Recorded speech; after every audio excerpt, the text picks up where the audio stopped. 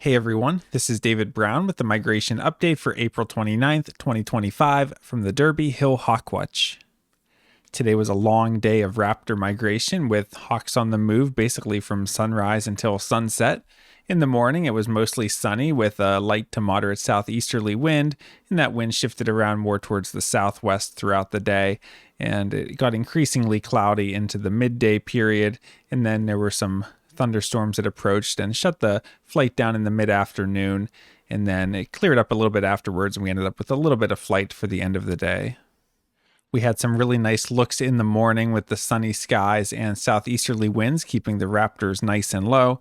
Here we have a hawk. We see the rounded wingtips, so not a falcon. And we see a long squared off tail because all the tail feathers are about the same length. And we see a fierce looking face, but this is a relatively small head because this is a sharp-shinned hawk. Here we have another hawk with a long tail, but this one's a little bit more lanky looking overall, longer wings, a larger head, and more of a rounded tip to the tail. And we see brown streaking concentrated more on the upper breast. This is a juvenile Cooper's hawk. Here we have a buteo, and this is a rather ragged looking one. We see a dark trailing edge to the wings, so we know this is an adult, and we can see some black and white to what remains of the tail. And we can't really make out much on the wingtips because the wingtips are worn off. This is one of these adult broad-winged hawks that we see that has this kind of feather wear, and we've been seeing a lot of these individuals lately, and I don't know that we have a good explanation for how they get this damage, but it seems to occur fairly regularly. Here we have a moderately large raptor with pointed wings, so it's a large falcon, and we only get one large falcon, which is the peregrine falcon. Here we have a hawk with some brownish tones overall. It has a long tail, and it has kind of long, skinny, pointed wings that are very angular in this posture. This is a northern harrier, and I think this one is a juvenile. Now, the upper breast here looks a little bit funny, and I think this bird has a full crop, meaning it has eaten recently, and I think that's part of why it looks almost like it has a bit of a bib to it. But with some juvenile harriers, you do get a bit of streaking to the upper breast, but it's not as extensive as you would see on the females, and also the patagial areas of this bird look unmarked, another sign of a juvenile. Here we have a small buteo where we see 4 feathers make up the wingtips, 1, 2, 3, 4, giving them a more pointed appearance. We see a dark trailing edge to the wings, and we see a dark tail with a wide white band. This is an adult broad-winged hawk. Here we have a buteo with an overall black and white plumage and kind of long pointed wings. This is a light morph rough-legged hawk. Here we have a really nice looking hawk. We see a dark belly band and dark patagial bars, making this a red-tailed hawk, and a dark trailing edge to the wings and a red tail make it an adult. And most of the red tails that we're seeing this time of year are juveniles, which are a bit more plain and pale looking, but this bold adult really stood out today. Here we have a flock of migrating blue jays, and Kim was on the blue jay clicker today, and throughout the day she counted over 4,000 blue jays. So thank you, Kim, for counting all those blue jays so I didn't have to. And this was the biggest blue jay flight we've had so far this season, but over the next few weeks those numbers could increase even more.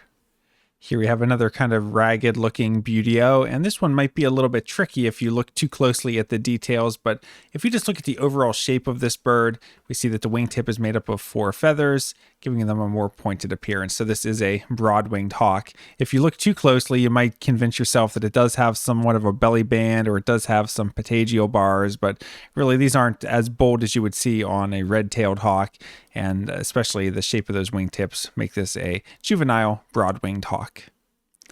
Here we have the top side of a hawk. Overall, it's brown on top. We see a very long tail. We see extremely broad wings that then become quite pointed near the wingtips, and we see a small head. This is a juvenile American goshawk. Here we have an eagle with a relatively small head, especially if you compare the size of the head to the size of the tail.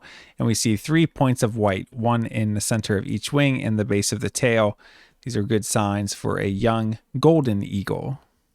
It felt like we had a couple different periods throughout the day today.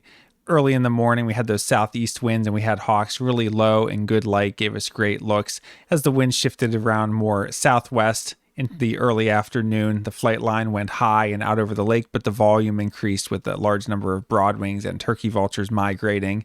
And then it clouded over and we actually shifted to a northwest lake breeze for about an hour, and that really slowed things down. And then you can see this photo, we had an approaching thunderstorm that came through and it shut the countdown for about half an hour in the 4 p.m. hour. But the storm blew through really quickly, and afterwards the sun started to come out and we were back to a nice warm southwesterly wind, so we were back in business. We had a first-time visitor who arrived just before the rain hit and stuck it out and birded with us afterwards. And here's a bird that was a lifer for her. Singing up in the tree was the first warbling vireo of the season. Here's another bird that was a lifer for her, and we kept hearing it sing, but we couldn't get eyes on it. But finally, we got a nice look at this male yellow warbler. For the second day in a row, we've had a nice white-crowned sparrow visiting our feeders here on the right, and in comparison, on the left, we have a white-throated sparrow.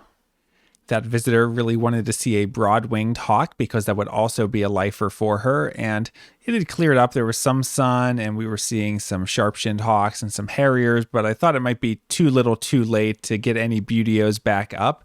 But sure enough, we had a few broadwings come through, so it was really nice for her to get some nice looks at broad-winged hawks for a lifer and even see some small groups of them coming through at the end of the day. Today, we had a total of 84 species. There were 2 new species for the season, which were warbling vireo and blue-winged warbler, for a total of 153 species this season. Taking a look at the hawk count report for our migrating raptor totals, today we had 863 turkey vultures, 37 ospreys, 66 bald eagles, 27 northern harriers. We had 341 sharp-shinned hawks, 7 Cooper's hawks, and 1 American goshawk. We had no red-shouldered hawks, which was a bit painful because it's the only species that kept us from getting the sweep today.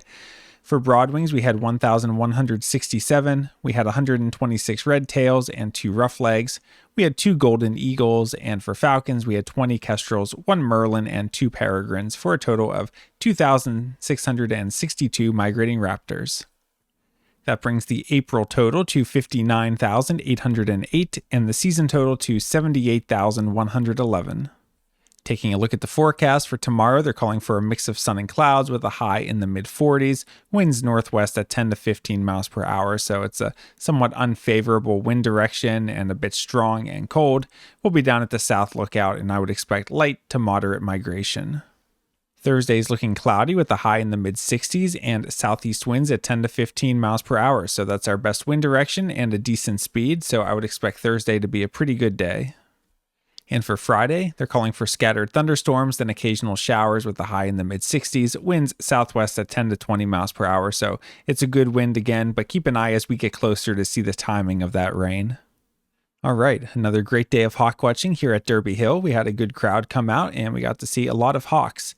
Tomorrow looks like it'll be a bit chillier. The temperatures reached up into the 80s today, whereas the high is only in the mid-40s tomorrow, so might be a little bit slower tomorrow, but then after that, we'll hope for some good days for Thursday and Friday, so hope to see you out soon at Derby Hill. From Lyco Birds, this is David Brown. Thanks for watching.